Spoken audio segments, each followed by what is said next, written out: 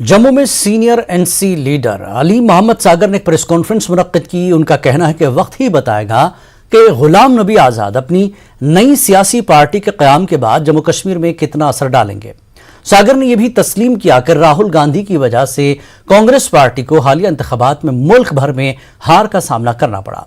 उन्होंने कहा कि जम्मू कश्मीर में आइंदा असेंबली इंतखाबात के बाद बीजेपी को अपनी सियासी हैसियत पता चलेगी। उन्होंने मुतासरा कश्मीरी सिखों और कश्मीरी पंडित बरादरी के लिए मुनसिफाना तहकीकात की वकालत की है। जितनी जमातें आ जाएंगी उतना अच्छा है, जमहूरियत वाइब्रेंट हो जाएगी। उसमें कोई बाकी जमातें बनाते भी हैं। एक स्कीम है किसी जमात को कमज़ोर करने के लिए जमातें बनाई जा रही हैं, वो हमें पहले कहा है। लेकिन आज कांग्रेस में एक दो फाड़ हो गए। आज़ाद साहब निकले हैं नेशनल लेवल पे, वो बना पार्टी, उसके साथ लीडर जुड़ रहे हैं।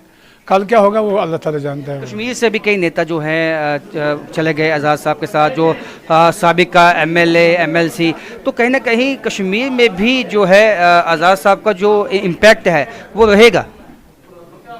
वो आने वाला वक्त बताएगा किसका क्या इम्पैक्ट है और क्या रहेगा क्या नहीं। कॉन्फ्रेंस को क्यों लगता है कि लोग उनको वोट डालेंगे? नेशनल कॉन्फ्रेंस एक ऑर्गेनाइजेशन है, एक तहरीक है, एक मूवमेंट है, एक जद्दोजहद रही है। हर वक्त इत्तेहाद के झंडे को हाथ से जाने नहीं दिया। हिंदू मुस्लिम सिख इत्तेहाद की हमेशा बात की जब कोई नहीं करता था। लिहाजा उसका एक कंट्रीब्यूशन है, उसका डेवलपमेंट में कंट्रीब्यूशन है, एजुकेशन में कंट्रीब्यूशन है, इकनॉमी में कंट्रीब्यूशन है। उन्होंने काम किया है, उनकी लीडरशिप है।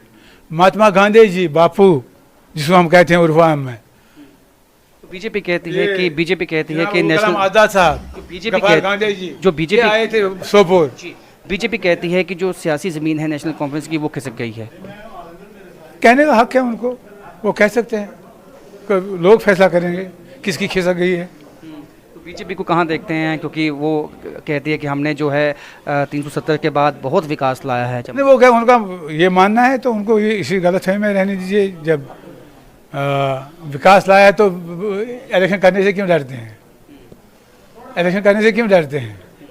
तो उनको ये इसी गलतफहमी में एक सवाल, अंतिम सवाल ये होगा कि जो विद सिटीजन है उन्होंने एक याचिका दायर की है सुप्रीम कोर्ट में कि जो 1989 से 2003 तक जो एग्जोडस हुआ है सिखों का, कश्मीरी पंडितों का, उसकी जांच हो और जो प्रॉपर्टी होनी चाहिए जहाँ जातियाँ हुई हैं, चाहे कश्मीरी पंडित के साथ, चाहे सरदारों के साथ, चाहे मुसलमानों के साथ, उधर होना चाहिए। हम उसको वेलकम करते हैं, वो होना चाहिए।